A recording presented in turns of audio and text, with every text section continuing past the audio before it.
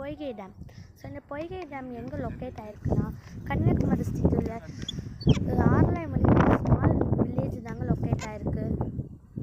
இது வந்து பார்த்திங்கன்னா கவர்டு வித் மவுண்டன்ஸ் தாங்க ஃபுல்லாக. இந்த இடத்துல இந்த வாட்டர் ஓவர்ஃப்ளோ ஆச்சுன்னா அந்த சைடு போயிடும் காய்ஸ். அப்படியே இதெல்லாம் சுற்றி போகும். ஸோ இந்த இடம் நேச்சர்ஸ்லாம் ரொம்ப அழகாக இருக்கும். ஆரலைமணிக்கு நீங்கள் வந்தீங்கன்னா இந்த பிளேஸை நீங்கள் விசிட் பண்ணிட்டு போயிருங்க. பாய் காய்ஸ், எல்லாருக்கும் ஹாப்பி காணும் பொங்கல்.